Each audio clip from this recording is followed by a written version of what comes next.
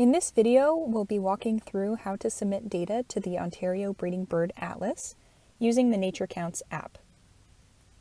In this video, I'll be using an iPhone, but the steps are the same if you're using an Android device as well. The first step is to go to your App Store.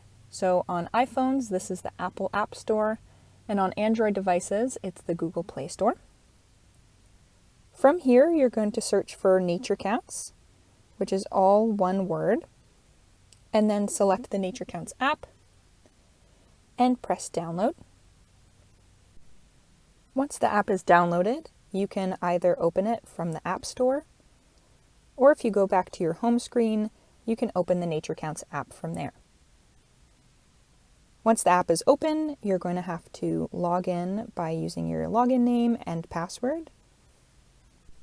And once you're logged in, you can select Ontario as your province, and then select the Ontario Breeding Bird Atlas. The pop-up window is whether or not you want to sync your data. When you first download the app, you have no option but to sync the data, but if you update your app in the future, you should see the option that says Not Now. Once you're logged in, you'll see that you're taken to this checklist setup page. This is also known as the Create tab. You can see the three tabs that are at the bottom of the screen. The first is the Create tab. The second is the Checklist tab, where all of your draft checklists are stored. And the third is the Profile tab, where you can see all of your information as well as switch your project. And the link to give feedback on the app is also in there as well. So back to the Create tab.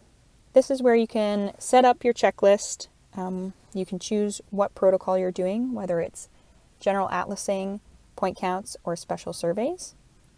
This video is mainly going to focus on general atlasing. You can also choose your date and start time.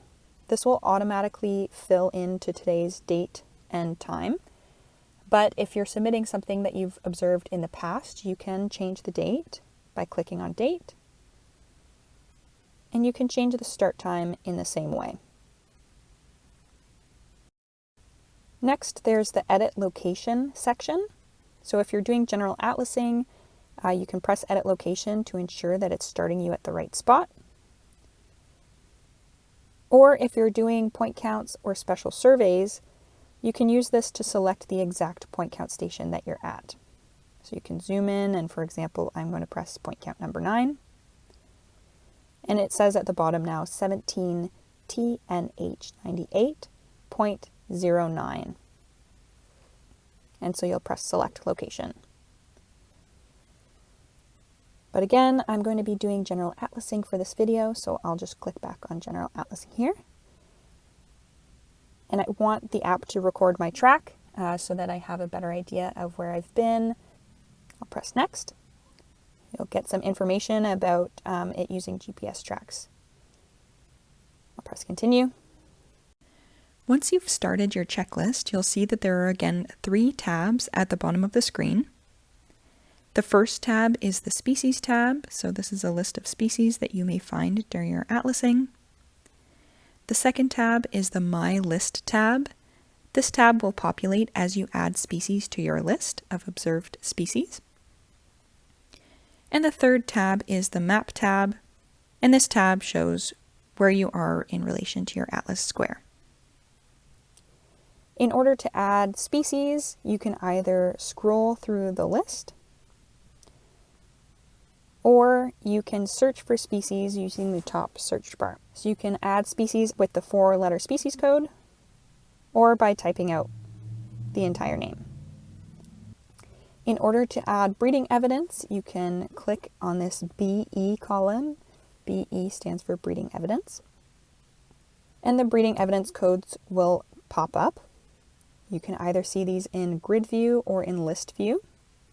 If you select a breeding code that's unusual for the species, for example, this S or singing code for Canada goose, NatureCounts will give you a warning that this code is unusual and recommend an alternative.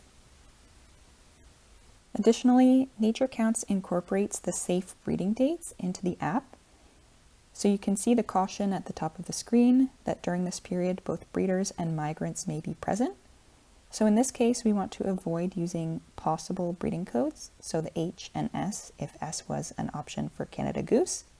If you see higher levels of breeding evidence, you can still use those. So if I saw a Canada Goose with some fledged young, I could still click on FY.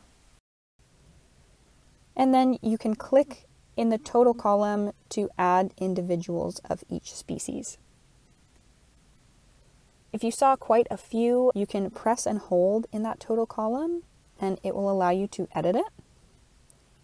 That saves you having to click in the total column numerous times. This can also be used if you want to erase a number. If you added a species accidentally, you can press and hold on the species name and it will clear the species entirely. So I'm going to go ahead and add a few species here. NatureCounts has a quick add feature where you can type the number of individuals that you saw, followed by the 4-letter species code or the species name into the search bar. And then when you press on the total column, it will add that number of individuals to your total. If you see a provincially rare, regionally rare, or other species of interest, for example, this American widgeon, NatureCounts will prompt you for additional details. Some helpful details might include a description of the species, the habitat and location, observation conditions, familiarity with the species, other observers that were present, or any other information that you think is relevant. In addition to the details, it would be ideal to add the location in which you saw the species. So you can click on location and you can zoom in to where you saw the species and click on the map to add it. If there's more than one individual of the species and they're in different locations, then you can click again on the map. You can also delete any of the pins by clicking on the one that you want to delete and then pressing the delete button. Once we've added a few species, we can navigate to the My List tab, and we'll be able to see all of the species that we've added so far. If this is a traveling count, then the My Map tab will show you how far that you've traveled, and you can check it on the map as well to make sure that you're not close to any square boundaries. If you are atlasing close to the square boundary, make sure to check this map often to ensure that your checklist stays all within the same square. NatureCounts will give you a warning to let you know when you've left a square. It will appear as a banner at the top of the screen. At this point, you can end your checklist and start a new checklist for the new square. If you're ready to submit your checklist, you can go ahead and press the review button. It'll ask if you want to stop your track. You can say stop track. And here's where you can review your checklist. So make sure that the date, time, duration, and observation type are correct.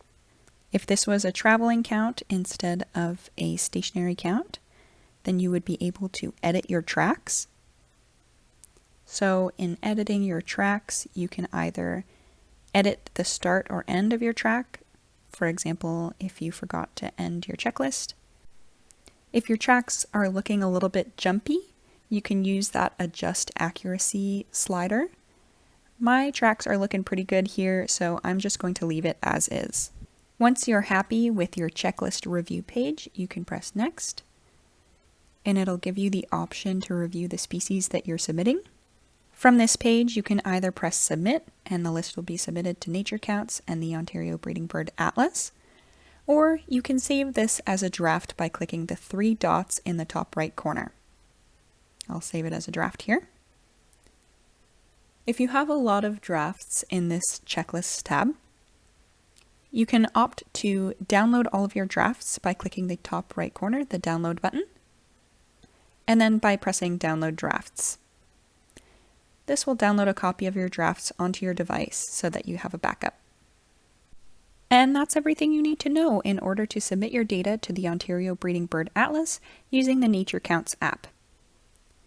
Don't forget, if you run into any trouble using the app, there is the link to give feedback on the NatureCounts app if you go onto your profile page.